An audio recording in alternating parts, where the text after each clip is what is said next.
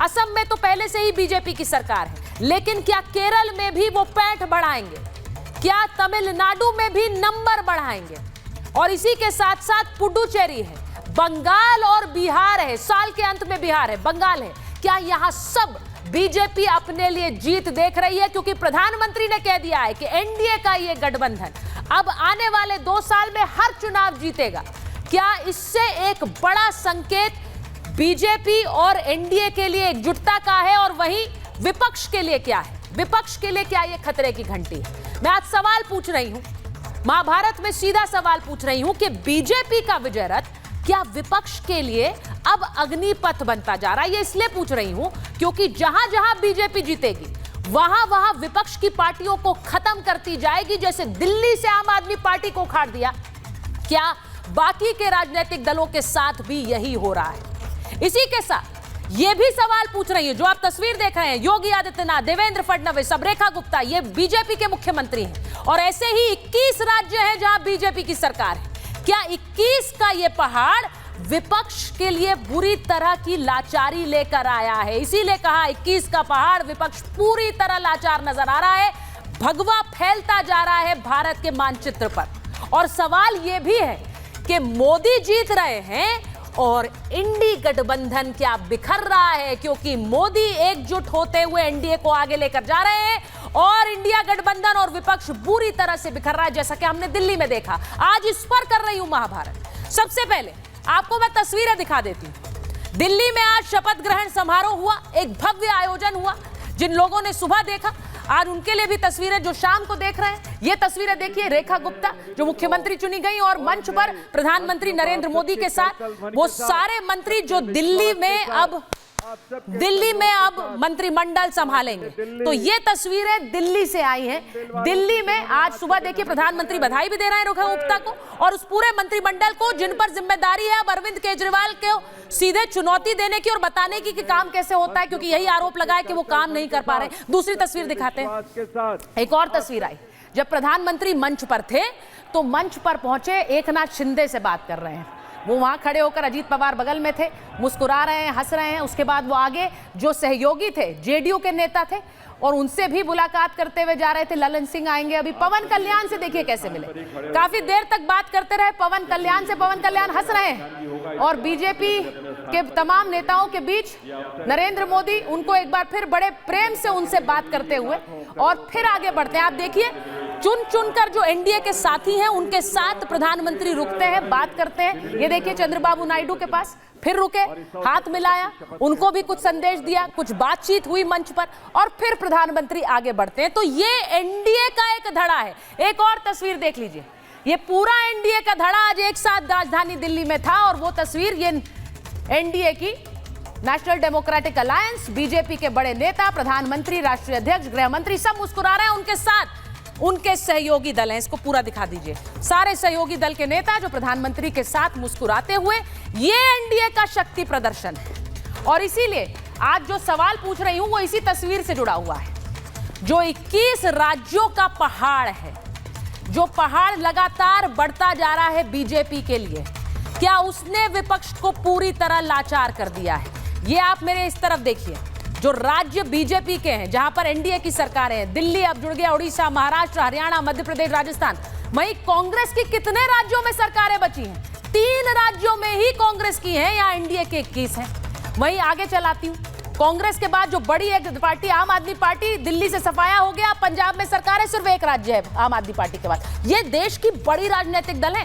TMC, विपक्ष के पास TMC, Mamata Banerjee, पश्चिम बंगाल, सिर्फ एक राज्य है टीएमसी के पास। ये बड़े दल जो एक साथ मिलकर नरेंद्र मोदी को चुनौती, डीएमके के पास तमिलनाडु है, एक राज्य वहां पर, और 2 बड़ी पार्टियां जो कि विपक्ष की पार्टियां अगला चलाई है। ये डीएमके के बाद आपको दिखाती हूं जेएमएम, झारखंड उनके पास है, कांग्रेस के साथ गठबंधन की सरकार है, जेएमएम के पास एक राज्य है। लेकिन 2 बड़ी पार्टियां, समाजवादी पार्टी और आरजेडी, इनके पास कोई राज्य अभी फिलहाल नहीं है। तो आप देख लीजिए, एक तरफ 21 का पहाड़ है, दूसरी तरफ विपक्ष लाचार है। आज इसी पर कर रही हूं महाभारत। दिल्ली से अब ये विजय रथ जाकर कहां रुकने वाला है, एक रिपोर्ट देखिए।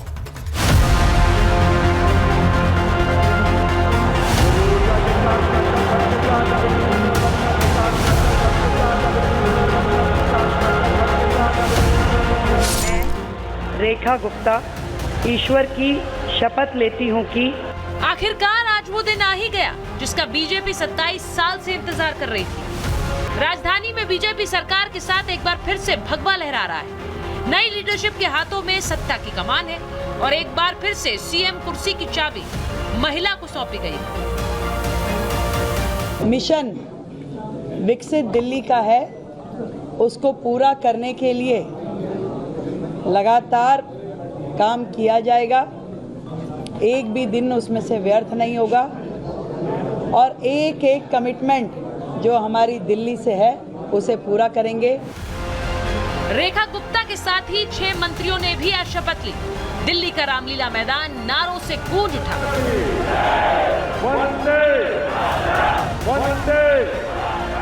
मैं परवेज साहिब सिंह ईश्वर की शपथ लेता हूं कि कानून वालों स्थापित भारत देश संविधान ਲਈ सच्ची श्रद्धा और निष्ठा रखूंगा। मैं भारत की प्रभुता और अखंडता अक्षुण्ण रखूंगा। मैं मंत्री के रूप में अपने कर्तव्यों का श्रद्धा पूर्वक और शुद्ध अंतःकरण से निर्वहन करूंगी। शपथ ग्रहण समारोह में मंच पर प्रधानमंत्री नरेंद्र मोदी की एंट्री से विरोधी खेमा खौफ में है। वजह एनडीए का शक्ति प्रदर्शन है। पीएम मोदी जिस तरह मंच पर पहुंचे, एकनाथ शिंदे से मुलाकात की आप सभी अपने अपने और पवन कल्याण का खास अंदाज में अभिवादन भी किया। चंद्रबाबू नायडू से भी काफी देर तक बातचीत करते रहे। एनडीए का शक्ति प्रदर्शन पूरे विपक्षी खेमे के लिए किसी अग्निपथ से कम नहीं, क्योंकि 2025-26 में बिहार, पश्चिम बंगाल, असम, केरल, तमिलनाडु और पुडुचेरी में विधानसभा चुनाव है, जिसके लिए बीजेपी का विनिंग रोड मैप तैयार है। तो इंडी खेमा मोदी के विजय रथ के सामने चित है।